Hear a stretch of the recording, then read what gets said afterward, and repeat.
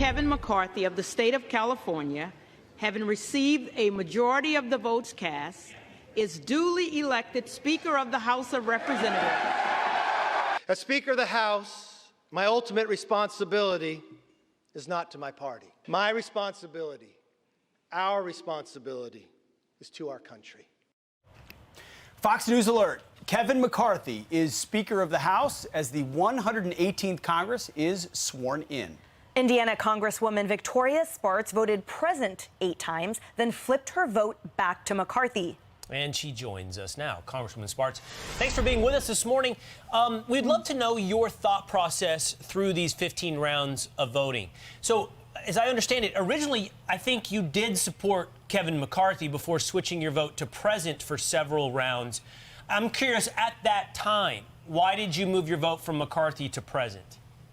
Well, thank you so much. Well, I think, we're going to be governing in a very tight majority, and we need to be able to talk to each other. And I felt the stalemate is not a good situation.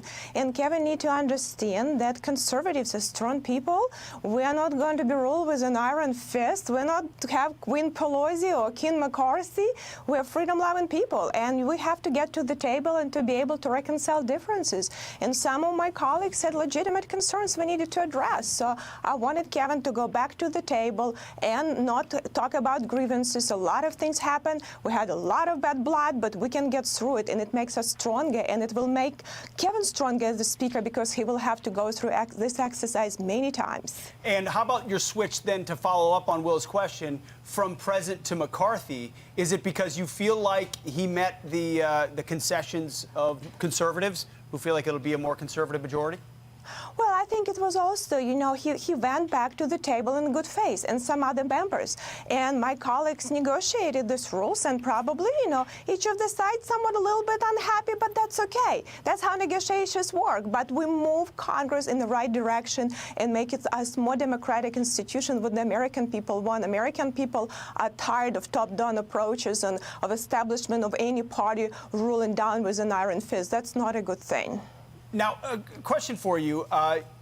Some of the holdouts, part of their holdout was they don't want to be funding the war in Ukraine, which is, I know, something very near and dear to you. So it was interesting when people saw you voting present, it was with some people who were against funding the war in Ukraine. Now, the U.S. just announced a new $3 billion package to include armored fighting vehicles, Bradleys. How do Republicans reconcile their view of Ukraine funding right now?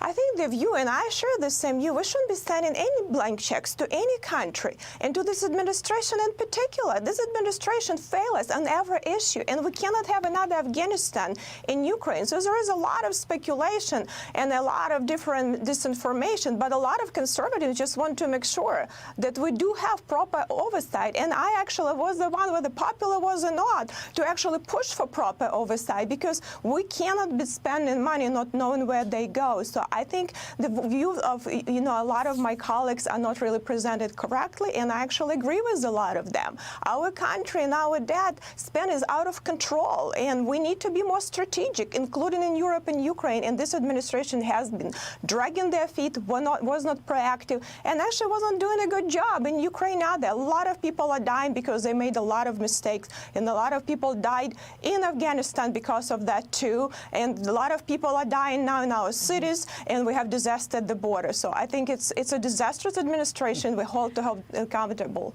So to that end, Congresswoman, what are you most looking forward to in the 118th Congress as we approach, given the Democrats still have their hold over the Senate and the White House? What are you most looking forward to being able to accomplish in this next session?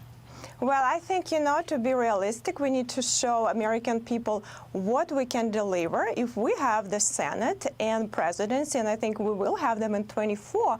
But now what the most effective thing we can exercise, being in majority, is oversight of the executive branch, and that is one of the core functions of Congress.